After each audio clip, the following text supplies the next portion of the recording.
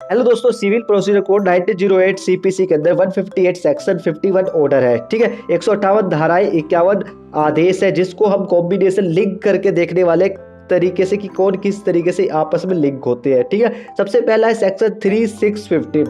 ये सेक्शन है दोस्तों पेक्यूनियरी जुरिडिक्शन, धन संबंधी अधिकारिता के बारे में बात करता है कि ये देखता है कि जो केस जो सूट जो डाला गया वो उसकी जो कीमत है, मतलब कि जैसे प्रॉपर्टी का केस है तो उसकी प्रॉपर्टी कितनी कीमत की वैल्यूएशन देखी जाती है, उसके आधार पे वो डिफरेंट टाइप ऑफ कोर्ट में केस जाता है। ठीक है, नेक्स्ट है दोस्तों सेक्शन 7 जो कि ऑर्डर 50 के साथ पढ़ना पड़ता है, जिसके अंदर प्रोविंशियल स्मॉल कॉज कोर्ट बोलते हैं, हिंदी में प्रांतीय लघुवाद न्यायालय।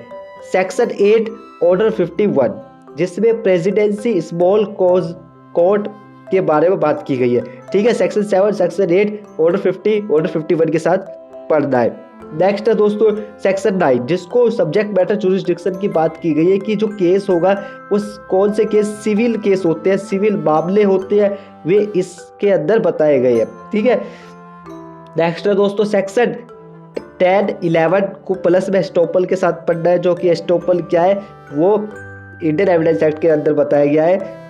Section 13 14 44A foreign court jurisdiction की बात की गई है कि फॉरेन कोर्ट से किस तरीके से जजमेंट आते हैं, डिग्री पारित होती है, उसके बारे में बात की गई। ठीक है, उनके जुरिस्डिक्शन के बारे में बात की गई है।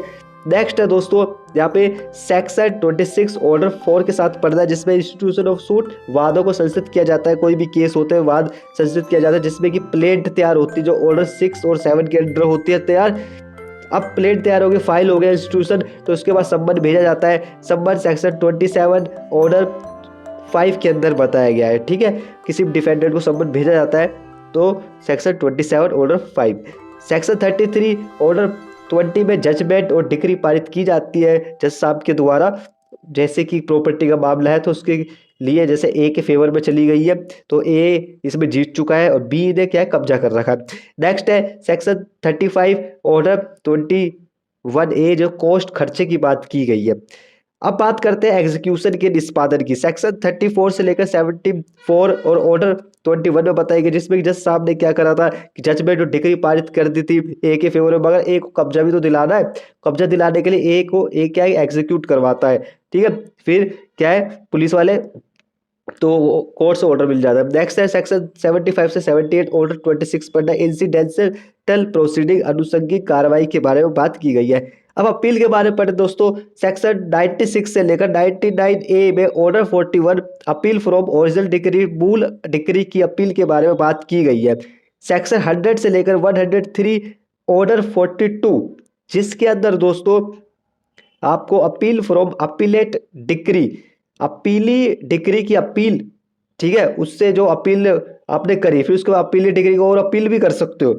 तो ये जो है ऑर्डर 42 के अंदर बात की गई है।